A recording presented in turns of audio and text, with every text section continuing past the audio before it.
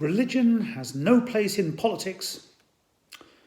I don't know how often I've heard that said. As you've already guessed, I don't agree.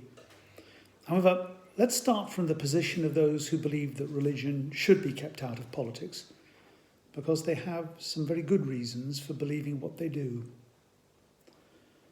Some of the most destructive forces in politics today come under the banner of religion. For some, the test case is violent, militant Islamism. For others, it is the Christian religious right in the USA. For yet others, it is the intolerance of Hindu nationalism that seems to be such an important dimension of the BJP agenda in India. Yet again, they might point to the political agenda of the devout Pentecostal President Bolsonaro of Brazil. Or maybe one only needs to turn to history, heretic burnings, or the penal era in the UK, when Catholics and other non-Anglicans were comprehensively deprived of civil rights by the Anglican establishment. The list could go on. The common theme underlying all of these is the assertion that there is something fundamentally irrational about religion, that it breeds a unique form of intolerance that can only arise from irrationality. There are two problems with this. The first is that violent irrationality isn't peculiar to religion. We look with justifiable horror on ideologies such as Nazism or Stalinism and their variants that were at best contemptuous of religion or were violently hostile to it, and which justified their claims on the basis of empirical science. Those ideologies were also violently hostile to democracy and the human freedoms without which democracy cannot function. It seems that empirical science can be used as a justification for some of the cruelest and most undemocratic actions of the modern era. The gulags, the Holocaust, the Gestapo, the NKVD. Stalin thought of himself as a scientific socialist, and Hitler believed that his worldview was verified by racial science. Stalin and Hitler are as much children of the Enlightenment as Voltaire. And this is the point. My religious tradition holds empirical science in very high regard, but I know that, like any other form of human discourse, empirical science can be used to justify terrible things, just like religion. The second problem is with the very concept of religion itself, a word which we all think we understand, but which has the annoying habit of falling to bits once one tries to define it. Is it a symptom of a neurosis, an irrational way of dealing with the fear of catastrophe? Or is it a system for creating social cohesion? Or is it a painkiller that makes it easier for us to accept an intolerable economic system? These are all very influential ways of trying to define religion. And in my view, all of them are true to an extent.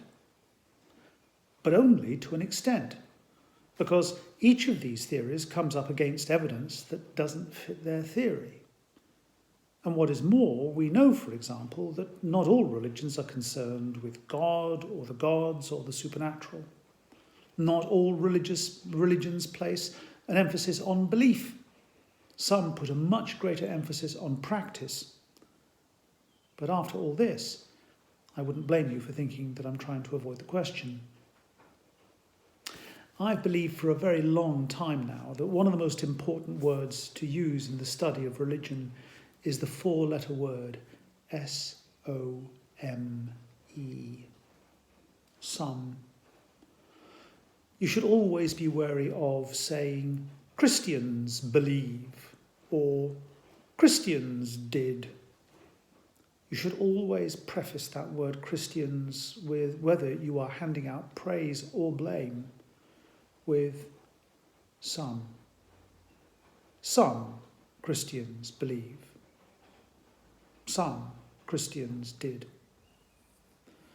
Any good study of church history will tell you that some Christians have revelled in torture, killing, and persecution of those who agree with them. It will also tell you that some Christians were insistently non-violent and even gave their lives not just for their religious practices, but for the possibility of pluralistic democracy.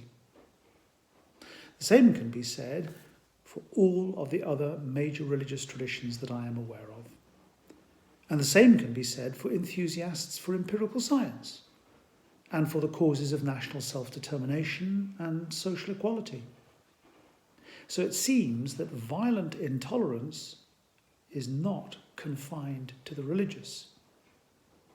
Seems to be a trap that almost any ideology you can name can fall into. Violent intolerance is not a specifically religious problem. It's a human problem. So what's the answer? The answer, it seems, is to champion pluralist democracy and the rights of minorities, including religious minorities. And there we come to the heart of the matter. One of the problems with saying that religion has no place in public life is that it seems to be very similar to saying worldviews I disagree with have no place in public life, which is, of course, very similar to saying exactly the same thing as the intolerant religious worldviews that the position is trying to condemn. The problem with saying that religion has no place in politics is that it's a basically undemocratic position. Religious people must be willing to live in a society where their beliefs, values and practices are open to the indifference or fierce criticism of those who do not agree with them. And those who do not like religion, whatever it happens to be, must also be willing to face the criticisms of religious people. In other words, democracy and the passionate commitment to the search for truth that the best democracies facilitate is the answer.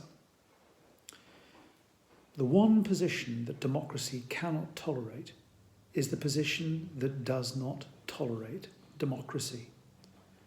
Some of the people who do not tolerate democracy are religious. Some are not. Some of the best friends of democracy are religious. Some are not. There's that word, some, again.